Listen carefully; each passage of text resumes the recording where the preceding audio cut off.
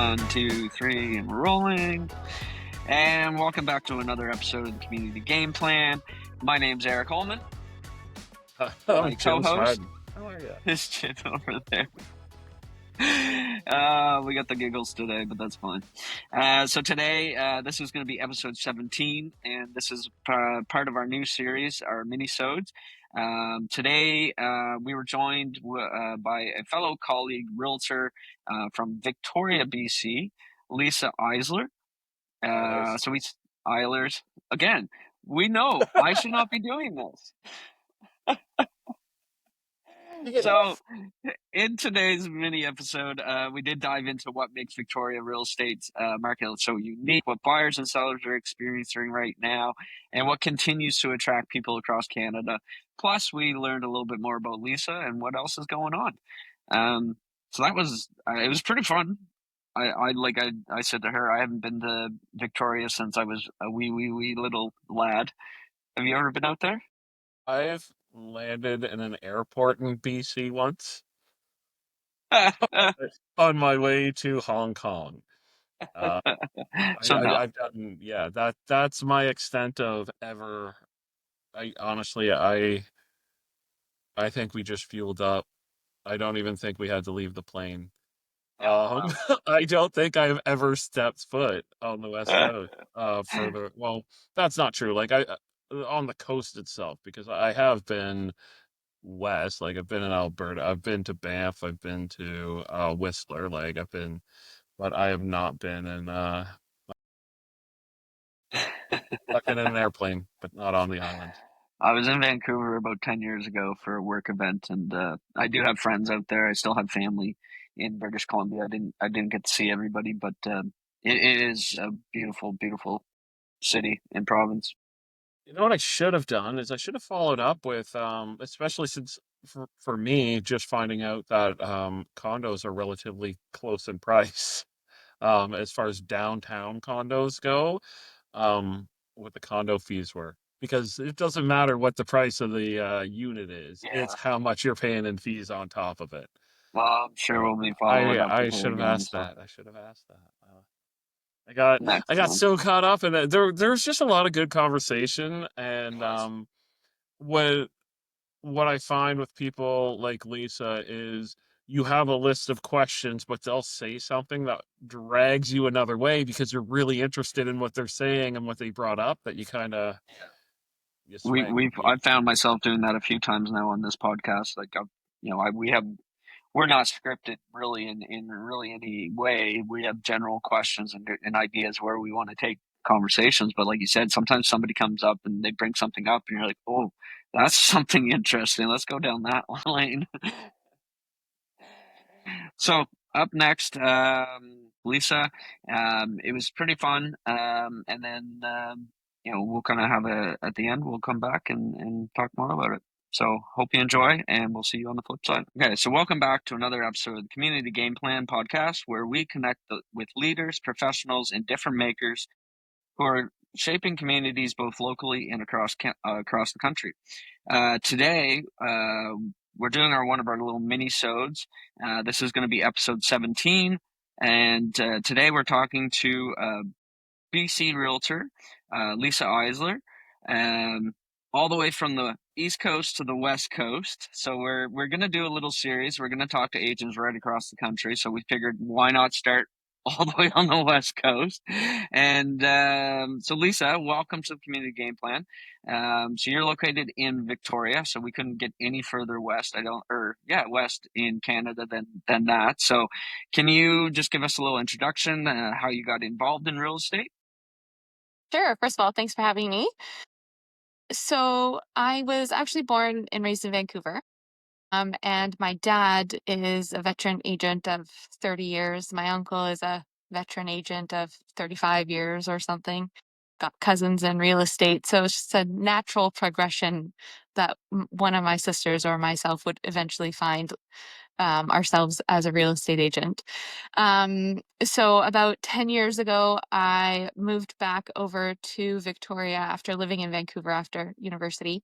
And I just decided, you know what? I'm kind of done with working where I was working. I needed a change, so I just dove right on in, did the course, and there you go. When was that again? How long ago? It's about 10 years ago, almost 10 years ago. Okay. Yeah. So getting into real estate in Victoria, how is that? Like here, we have online version and in class versions. When I did my license originally in Fredericton, New Brunswick in 2007, it was a 2-week in-class course, Monday to Friday. So what's involved in Victoria becoming a realtor? So if I can remember it all, because it was lengthy, we first had this massive textbook we had to get through and assignments that pertain to all the information in the textbook, and you write an exam at the end of it. And I believe the earliest you can write your exam is after 6 months or something like that, so that you can get through all the chapters and all the content and everything like that in the textbook. So you write your exam. If you pass your exam, then there's some in-class stuff. And then you connect yourself with a brokerage, and then there are practical learning things that you have to check off the list, like go to an open house and do a CMA and do a listing presentation, all that kind of stuff. And you have to do that kind of under the purview of your managing broker or other agents. And then once you've done all that, you go to another in-class portion, and then you're fully licensed. Yeah, that's great. We are missing that here. That's what a lot of people I find complain about. It's like, oh, the brokerage doesn't take any responsibility once the license parks to train agents out here. Interesting. Some do it, but it's not mandatory. There's no checklist of things that need to have been done. It's also now a 16-week course there. That's the 9 to 4 thing. It's a 16-week course. Yeah.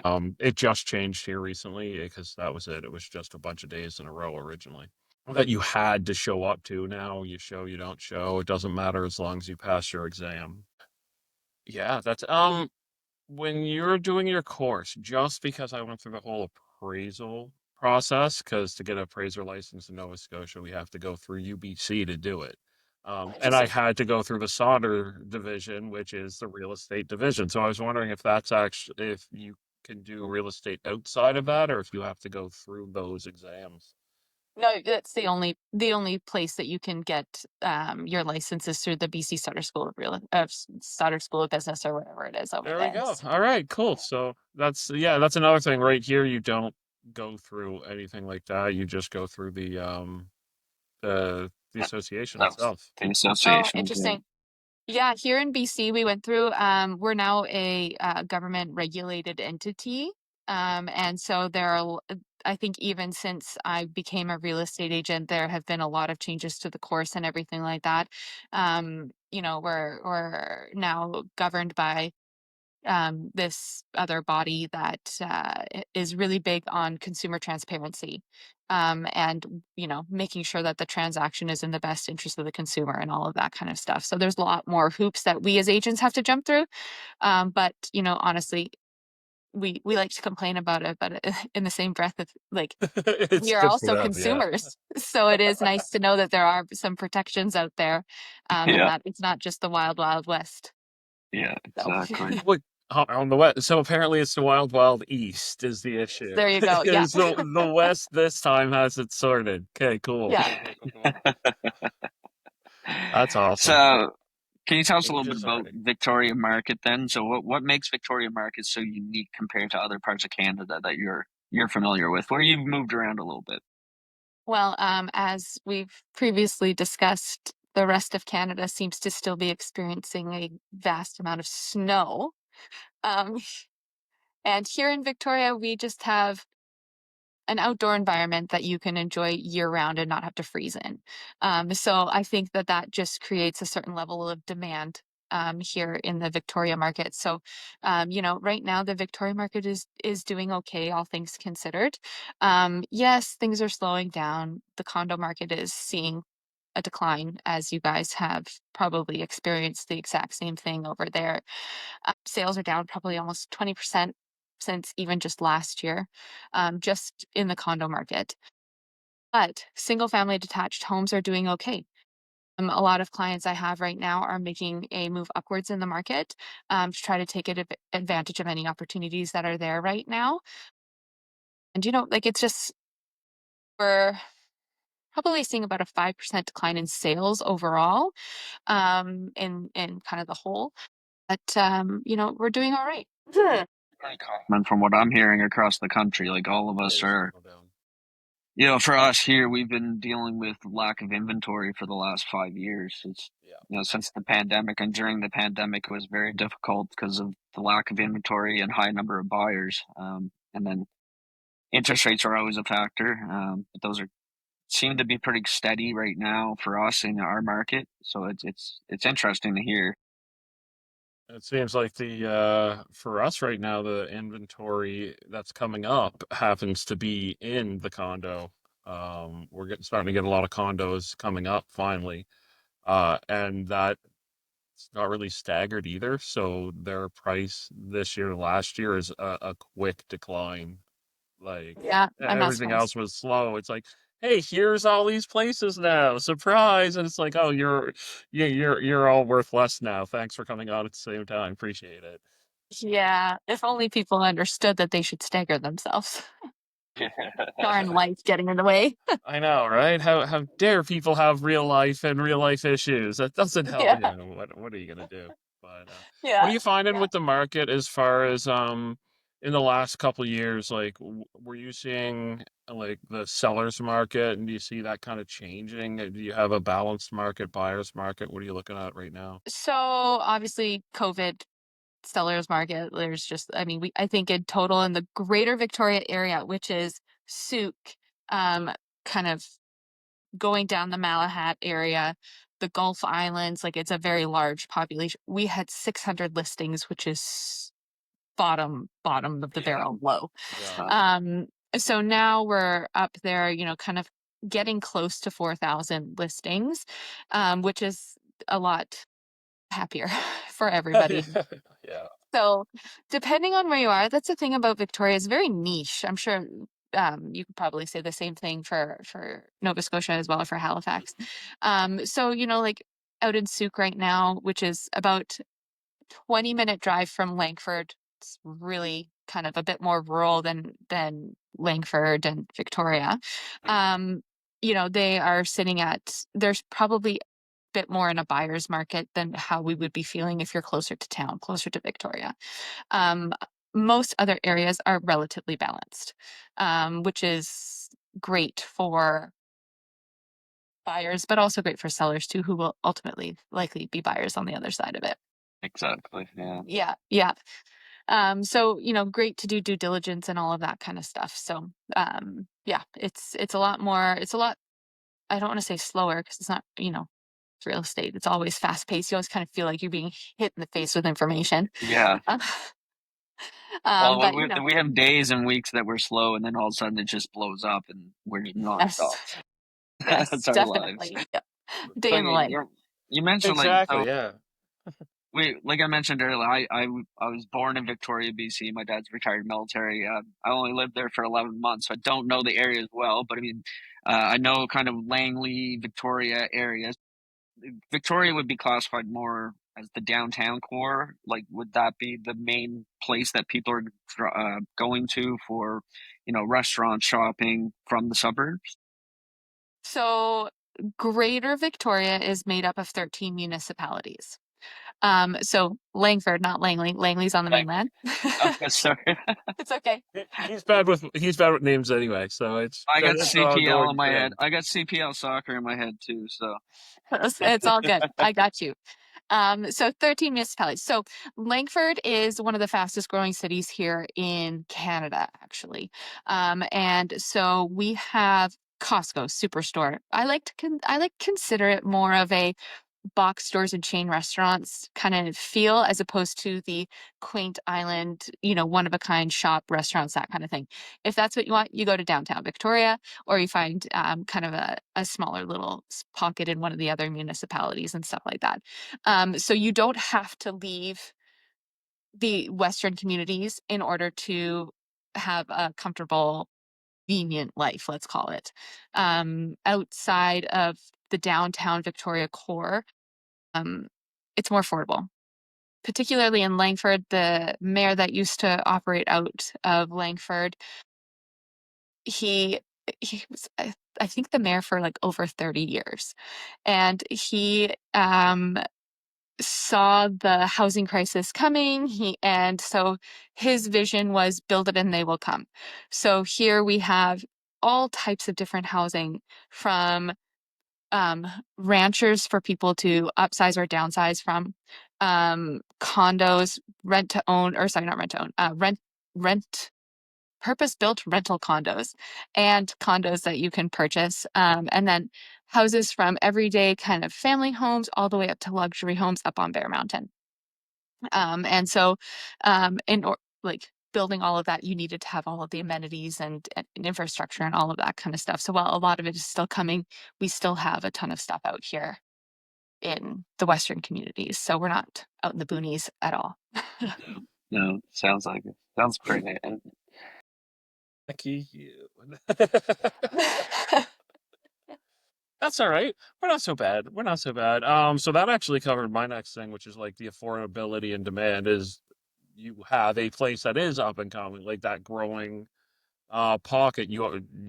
Out your way, you already have out west, and you have that the constant growth of all the different price points. So you're not really looking at leaving anybody behind, kind of thing. Mhm. Yeah, absolutely. And I mean, like, we still, like, 13 municipalities, that's a lot of different Yeah. different viewpoints on how to run a city and everything like that. So, Yeah. we've got Oak Bay. So if you want negative growth over the last 65 years, you go to Oak Bay, because they're not building there. They love their large homes and their extra large lots, spitting distance from the water, all that kind of stuff. That's luxury, is Oak Bay. So you'd go there, or Cordova Bay or something like that.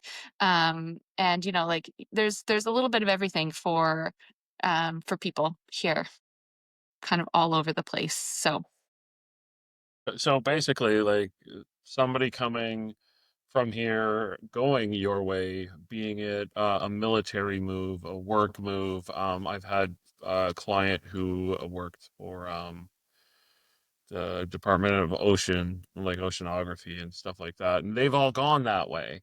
And there are very different price points. Some of them are making way more than the other. So the thing is I guess it's not as much people making themselves house poor when they have to move as I guess out here tends to think, when you're changing over your job, or uh, kind of like people, there's still affordable housing. There is. I mean, there's no question that, like, I think a two-bedroom condo right now, $500,000. So I'm not familiar with the prices out there, but there will be probably a bit of a sticker shock, I'm sure, for people who are coming out this way. I A think it lot just more is. before COVID. We jumped so high with that mass influx that came in. I would have never thought in Halifax we would have seen a two-bedroom for 500,000, and we do now. Like two, Oh, three interesting. bedrooms. Yeah, we're not that far out. We quickly jumped to one of the most expensive places to Yeah, live, that the pay scale of our minimum wage does not actually right. help. It doesn't balance. Yeah. Yeah, Well, and I think that's everywhere too. For sure, we've seen minimum wage. We just had a minimum wage increase over here. I think it's now like close to $18 or something like that an hour. And yeah, cost of living, I think, everywhere is crazy. Yeah. But yeah, I think a lot of people are starting to be creative on how it is that they want to get into the market. And I think a lot of young people in particular are starting to realize that right out of the bat, they're probably not going to be able to afford a single family detached home unless that's been a priority for them, or they've come into an inheritance or something that they're able to fund a down payment for that type of property. Like, our average price in the greater Victoria area right now is $1.33 million for a single family detached home. Yeah, So that's that's higher than us. that's That's higher. high. Yeah. That's higher. that that's South End Halifax. So like one pocket of Halifax, like that's the average sale price. But as soon as you get off of that peninsula, our average is in the 500, 600 for the most part. Oh, very interesting. Yeah. Yeah. No, if I That's could still get a single Halifax. family Yeah. detached home for 500, I think I'd probably have a couple homes. Yeah, we could But yeah, still get you those out here for like in the 430s. Oh, perfect. Excellent. Love it. Yeah, five something on the lake if you go just a bit outside the Oh. city. Perfect. That sounds very nice. But snow. But yeah, okay, right off the bat then. Okay, Yes, maybe I'm not up for it. and I'll use hurricanes, it as and a lots of rental. hurricanes. Yeah. Yeah. Oh yeah. See, so when you have people who want to move this way and aren't afraid of the snow, you just put them in one of the places you bought and set aside. There you go. Deal. I'll get my sister to property manage for me. See? Just put it So, under her name because she lives here. Yeah, yeah. exactly. Sticking with like relocation, and we're talking a lot about lifestyle as well. So if someone was moving to Victoria tomorrow, where would you tell them they should start looking? And Well, say they're coming east to west, so they might have that 700 to 900 budget versus the 1.1. so that's pretty comfy, cozy townhouse territory and some single family detached homes. And so you'd probably be looking more in the western communities. Townhouses probably inching closer a little bit more to town. But yeah, so 3-bedroom townhouse kind of idea. Pretty much Greater Victoria, you'd be fine. Interesting. All right, we're sending military people your way. Where are you putting them? Esquimalt. Esquimalt is well, actually, there's two different cities for military. That'd be Esquimalt or Colwood, and yeah, they would basically be budget dependent. You'd get a little more options out in Colwood, closer to Langford, than you would in Esquimalt. Esquimalt is one of those hidden gem municipalities that for years and years. Like I remember driving through as a kid, and my mom would lock the doors as if we were driving through Skid Row or something.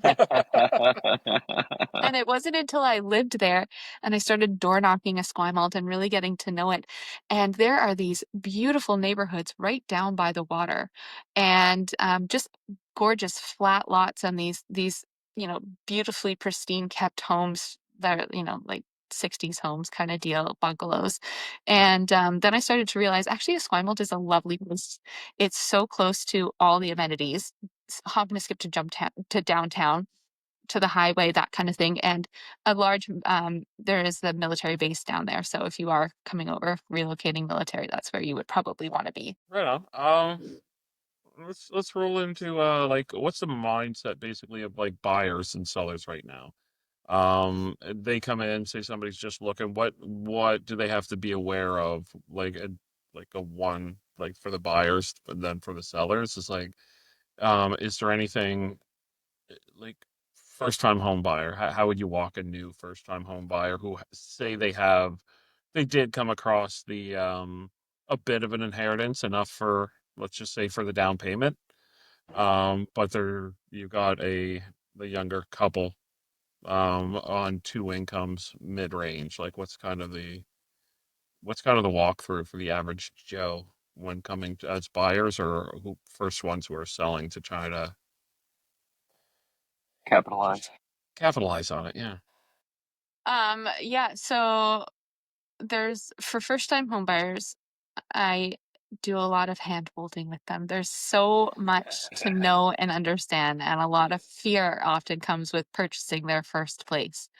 And so, um, you know, for me, it's really sitting down with them and understanding what it is that they are looking for. Because here in Greater Victoria, like we operate in such expansive geographical area, you really need to know what it is that they're looking for before you go off and start hunting for them.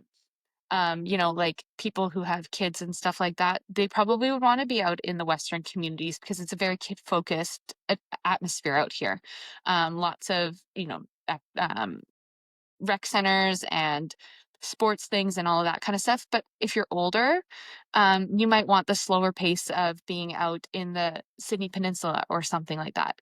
If you are just planning on being a single couple and all you want is an apartment downtown, then, no problem. Like we would show you, the apartments downtown. But yeah, so explaining the process and really getting to know what a buyer needs and wants is really important in starting that process. Um, yeah. Is that kind of it's I go on tangents in my mind and I'm like, oh, what do I say next? Oh, I know. We're the same. I was kind of thinking too, like first time home buyers is huge. Like we both deal with a lot of first time home buyers, but another thing we deal with a lot here is those first time home buyers that are immigrants. Do you guys have a large immigration population? I assume there as well, and do you find working with them different with your market or within your market? Well, obviously we've had that 2-year ban, or what is it now, Yeah. 4-year ban or something like The that on on or home out of ownership. country, yeah. A little bit. Yeah, so I think it is different. Like currently I'm working with uh buyers who have moved up from the States. So not too far away, and it's relatively similar on how to purchase, but it's a little bit different. So, we do have to have an understanding of where their differences are and how we operate, outside of that. And so there's a lot of explaining the process up here, like we don't have escrow.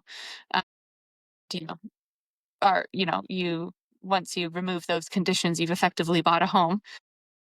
Money doesn't transfer hands for a couple of months. Well, that's not necessarily how it works, down in the Down States. there. Yeah. Yeah, yeah. But it does happen, and gotta have all the right people, and you know connect them with the right mortgage broker who can help get you know all the money out of the States and into an account where things are liquid and easy to access, and Mhm. know the timelines and all of that kind of stuff for money moving and all that kind of stuff. So Yeah. We have a team member. He's a past client of mine, and he's originally from Nigeria. wow. And so he was telling us about how Nigeria, they don't do mortgages. The way they buy and sell and he did real estate in Nigeria. It was very interesting. So hearing his experience there, and now what he has to do here and working with us, it's totally night and day. No kidding. Yeah, I have another realtor friend who actually is a licensed realtor in Croatia as well as here. And wow. he's like, there's just no comparison, Lisa. There's no No, comparison. No, it's like no lenders. Here's your money. Yeah. Like it's like I want your house. Okay, here, pay for it. It's like, do you get a Yeah. mortgage? No, go get the cash. Yeah. I Yeah. want, yeah, Yeah. or same. He or opted or we could do like what they do in Australia, and that's an Auction auction everything. auction. bidding wars. Yeah. Yeah, they basically stand out front of the house, and it's a live auction. That just sounds like fun, to be honest. At least, I Yes. mean, you're no blind bidding like And Yeah. we have. it's really easy to do it out there. It's one of those things I keep saying. I'm like, if my wife ever decides to go and teach in Australia, I'm like, I'll just not have to take a course and become a realtor just by saying I'm one and go out there. Like, done.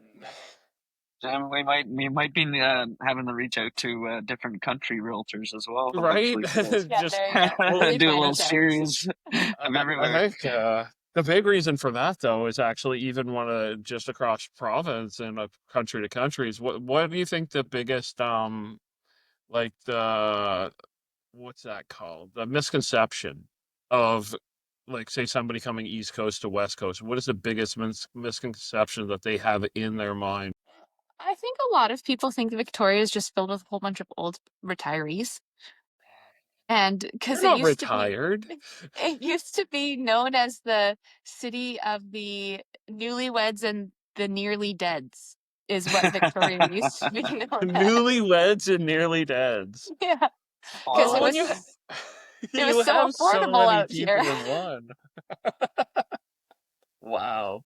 But Victoria is quite a vibrant city, and like actually, from what I can remember, because I've been to Nova Scotia a grand total of one time, but it was on our trip across Canada we took as a family. It was one of my favorite stops, and I like to think that there's a lot of similarities um, between Victoria and Halifax in a sense.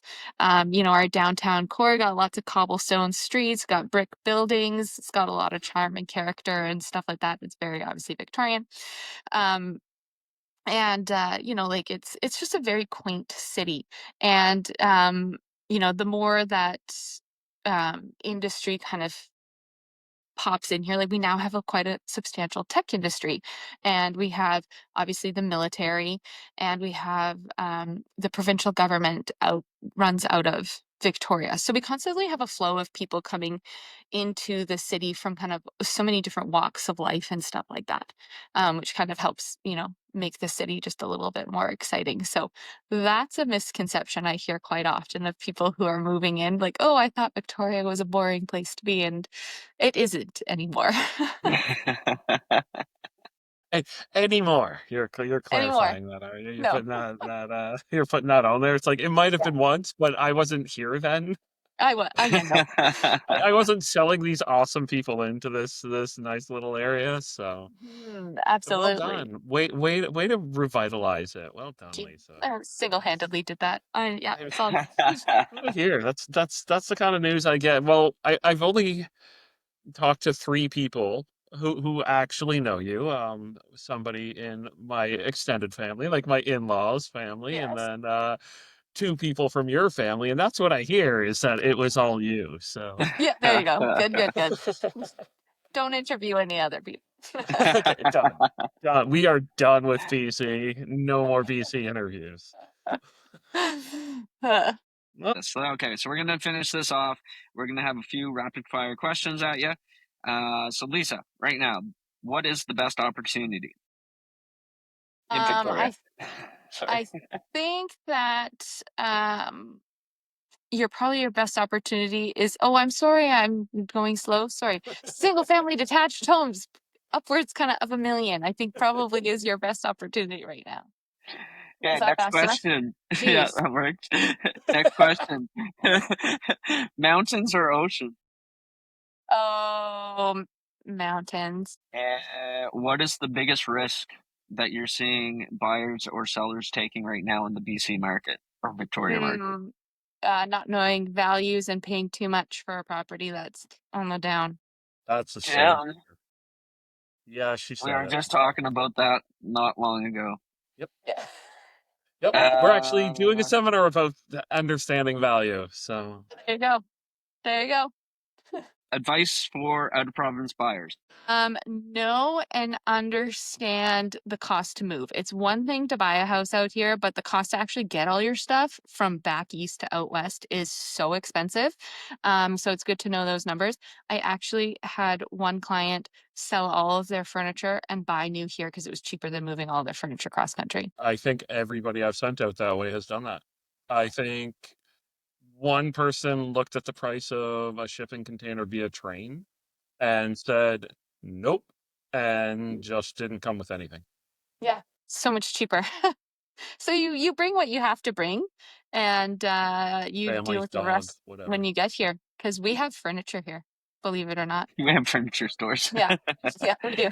And last question. And last question for those buyers that seem to be sitting on the fence that we all know we have: buy now or wait. Oh, it's so hard to know the answer to that. I wish I had a crystal ball. But it's a great time to buy out here. Like I said, single family detached homes softening. Condos, I'd probably wait it out a little bit and see how much farther those suckers are going to go down, because I don't see a bottom yet. I see more turmoil from that crazy man in the White House. So you just don't know what's going to happen. Yep. I'll throw one in if my brain can remember it now, because that was really funny actually, bringing up the the politics is great. Buy or rent. Oh, good question. I Rents are coming down a little bit here.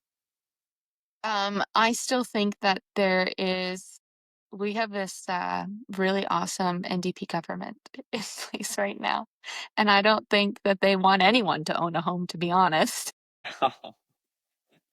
But I think that for a lot of people, owning a home is their retirement. A lot of people, um, you know, want to buy one house and never move them back again, kind of thing, raise a family, all of that kind of stuff.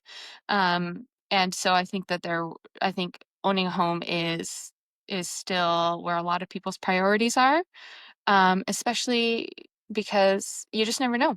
Is your rental going to be your rental in the next 6 months or whatever. So there's some stability with owning. I guess that's the difference is how does rentals work with you guys? Because with us, it's buy or rent. It's if you want any equity, you buy mortgage plus improvements. That's how out here you make money is you buy something that needs work, you get as small of the amount in your mortgage, like you get whatever renovations need to happen to make your big, like, to make your home go from a house that needs work to something that's actually going to make you money on the market if you were to turn around and sell it within that year or the next 3 years. So yeah, we're big on mortgage plus improvements because right now you're paying almost exactly the same to rent as you are to own, rental to mortgage. So you'll never own if you spend all your time renting out here. Absolutely. And there's no question. Rentals are more expensive than per month than owning a home, but the hoops to jump through to get a mortgage can be so daunting and restrictive. And because what is it? They want no more than, 30% of your income to be your mortgage or something like that. But people out here are paying 60 to 80% in rent of their income. And so it's crazy to think that that's what it is. So a lot of people just are simply not able to afford to own simply because of the restrictions around mortgages. I'm sorry because I just thought of it. Uh, just with the Rapid fire just went way out the window there, Jim. I'm sorry. This is more important than like the. My thing is just, we have talked about it recently. Is people buying in groups and then selling it their equity later, and using their capital not to go forward? Do you see a lot of that happening? So in groups, you mean like Like co-ownership a bunch of with friends, like going friends? in Yeah, together, yeah, saying Friends or absolute family, that's family. been under the multi-generational. stress test, right? Yeah, So that was one thing that I was going to mention, but forgot. That yes, we are seeing a lot more multi-generational living. So people are being creative in how they are arranging their homes to live in. Actually, I live in a duplex. My next door neighbors, they brought the grandparents over and they all live together in a 4-bedroom duplex next to us. Whereas I don't know what happened 10 years ago in real estate because I obviously wasn't a realtor, but I have said the word co-ownership agreement so much over the last probably 5 years or so as a means of trying to encourage people to protect themselves and their own personal equity when they are moving in together with friends or family or whatever the case may be. And so it definitely is happening more and more where people are moving in to with friends or family to just to try to get into the market. Yeah, our government's pushed, they have a program to help with secondary suites. So putting basement suites in, or if you have enough yard land, you can suites. actually build a suite in the backyard. Yeah, we're seeing that all over the place in Greater Victoria too. Um, just yeah, and little kit homes and stuff like that being set up in the backyard, run some services, call it a day, or a lot of people um, are renovating to accommodate a suite in their homes. I feel like Or the two coasts are actually fraternal twins. I think so. I think so.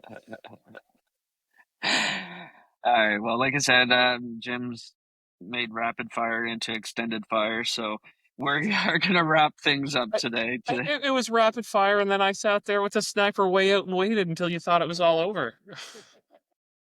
So, great conversation with you today, Lisa. And so we really do appreciate taking your time to share some of your insights about Victoria, BC. So from the East Coast to the West Coast, thank you very much. And we'll make sure we'll throw some of your contact information in our show notes. So if anybody's looking for a great realtor in Victoria, BC, they know where to find you. It's good. Thank you so much. And thanks for being the first. This is Love it. our first of the cross country interviews. So I'll make Honored to the be the guinea pig. multi-country now that we've got Yeah, this no idea in our kidding. heads. We I might think get in we should touch with all go to your Australia and Croatian. attend an auction. Yeah, Yes. let's. All right, and welcome back. And so we hope you enjoyed listening to our conversation with Lisa. pretty interesting insight. She can definitely tell she knows her market, and it was just fun in general. To talk to somebody like that and to learn a little bit more about the real estate world in BC, because it's totally different. And as we know, every province does things a little bit differently. Yeah, and we're not definitely at the top of the game as far as across as all the provinces. I'm sure we're not in the end, but I really feel like if you want to know what's going on in anywhere in Canada, the two markets you have to look at are out in BC and Toronto. Like Mhm. that's how we know what's coming our way, is because it hits Yeah. the bigger ones first. Yeah, typically, I mean, I would include Victoria, but Vancouver in with Victoria, Calgary, Edmonton, Toronto, I have known all of those. Montreal. I Those are do. all like the big major markets, and if we see something going on in those markets, it tends to come west or come east to us eventually. Sometimes Yeah, slower than others, but definitely, yeah, yeah. Like, and I'll agree with the Vancouver and Victoria. Again, like to watch what their numbers are doing, to watch because they, being a coastline place, build the same way we do. They're not like Toronto is the only oddity that I take in because it's how I explain the target, like a dartboard, yeah, like effect of purchasing. You've got the main city center, and then it kind of expands because it can do that there. And that's what I do with Halifax. I say, okay, Halifax is there, and then it expands. So it's like a half of a dartboard. And the other place that does that, that goes, okay, we're not just going to build shipping containers, which you don't get those in any of central provinces to the same level, because we have the shipping from the ocean. We have, whether you're coming east coast or west coast, your your main spot is Toronto if you're coming here, but Victoria, Vancouver, they have their own mass airport. But people who are coming through the coasts first. So they seem to build the coasts the same way, where builds based on their density. They have density first and then encourage it from there. Our density is built after. Like it's such a different thing, and we have so much land that's unusable because of one reason or another based on the waterfront. So anyway, really interesting conversation. I do say like it's like a very different priced set of twins. yeah, yeah.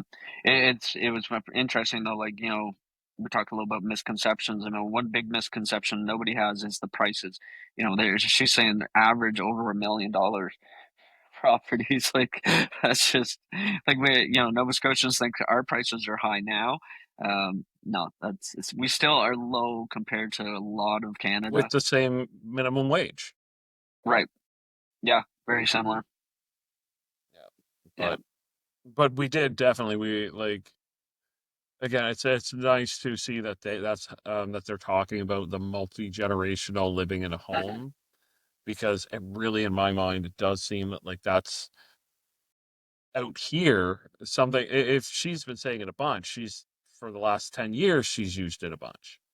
Mhm. And with us, it's a brand new thing that people are starting to say, but it really seems like it's going to be the main way to get people into first time purchasing, is they might have to think outside of the box. Like maybe mortgage plus improvements isn't going to be enough.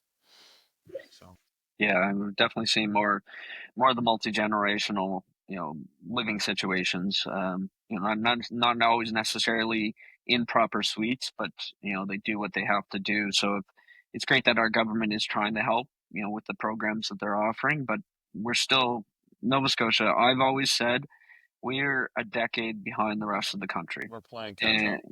yeah, and just with our housing, right now we're dealing with such low inventory. There's a mass building of new constructions, but it's not enough. And I'm noticing still most of that new construction's out of reach for first time home buyers. Yeah, I'm trying to think. She said what 13, 13 municipalities in there Municipalities make up. Yeah.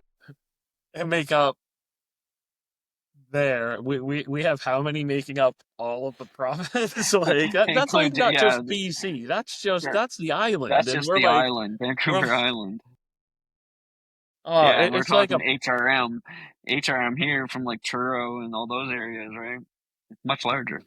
it's just it's eye opening. Like, but seeing how they're working it, how they still have like, and maybe that's the answer too, is like building like a district that's for older age, building a district that's for coming in, like, and we might not have the weather for it, but you know, there's always I think without looking outside, you can never really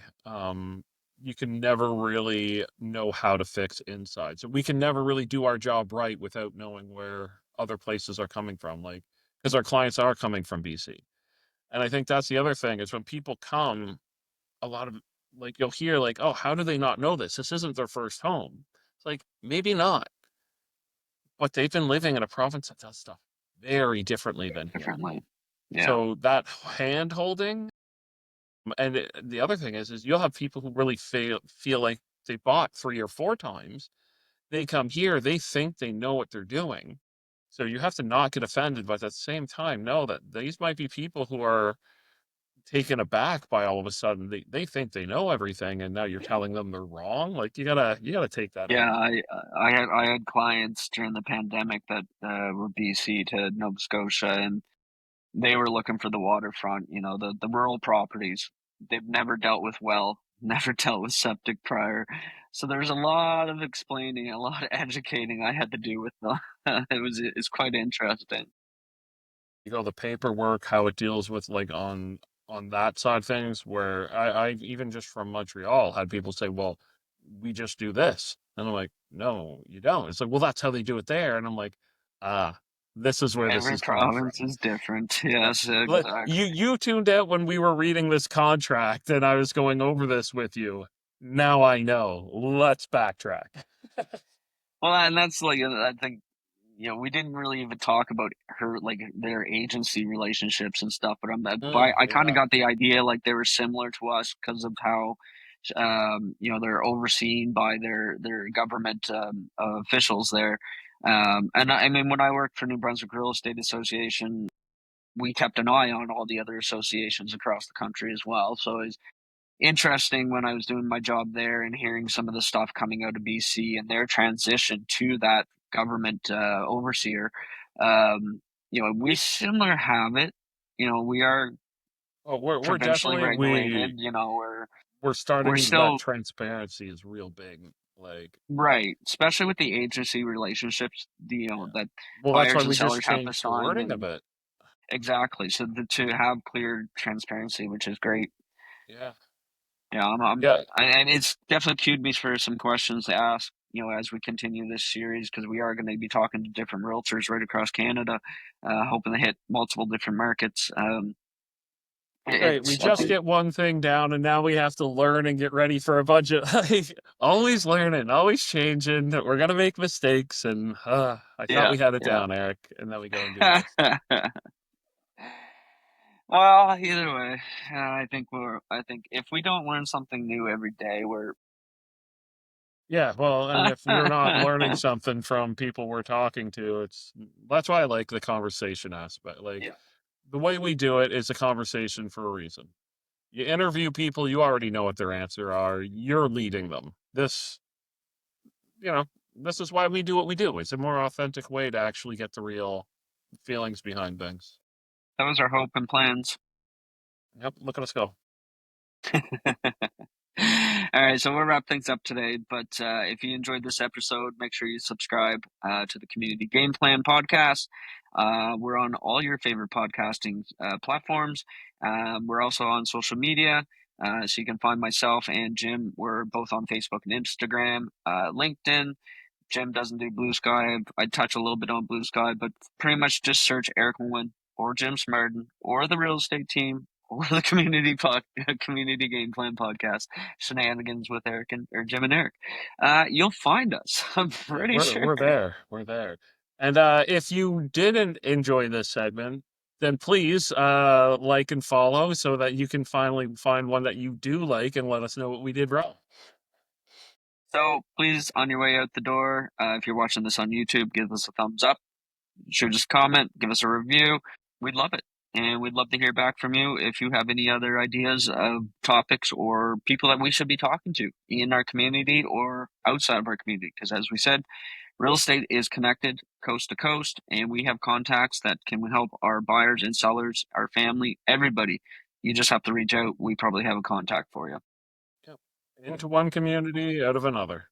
Yeah. So thanks again for listening or watching. And remember, strong communities don't just happen, they're built with a game plan. So we'll see you on the next one. Thanks again. I'm Jim Smardon, and that's Eric Holman. All right. We good?